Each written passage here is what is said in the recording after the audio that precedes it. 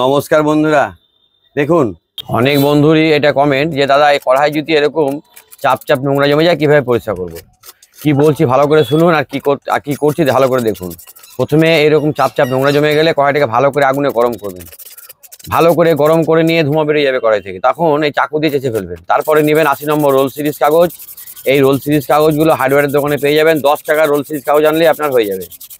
তারপরে সমস্ত কড়াইটাকে role series কাগজে এরকম ঘষে দেবেন। কম খাটনিতে অল্প খরচায় একদম ঝকঝকে হয়ে যাবে। আর যেগুলো চাপ থাকবে সেগুলোতে চাকু দিয়ে চেঁচে ফেলবেন। তারপরে এরকম রোল সিরিজ কাগজ দিয়ে চেপে চেপে ঘষবেন। রোল সিরিজ কাগজ দিয়ে ঘষা হয়ে গেলে স্টিল কাভার এবং কোনো বাসন মাজা সাবান দিয়ে ভালো করে চেপে চেপে মেজে নেবেন। তাহলে একদম নতুনের মতন ঝকঝকে হয়ে যাবে। মিনিটে এতটা দেখানো সম্ভব না, প্রসেসটা দেখালাম, এইভাবেই করবেন, একদম নতুন ঝকঝকে হয়ে যাবে। ফলে ভালো থাকবেন, সুস্থ থাকবেন, শেষ করলাম।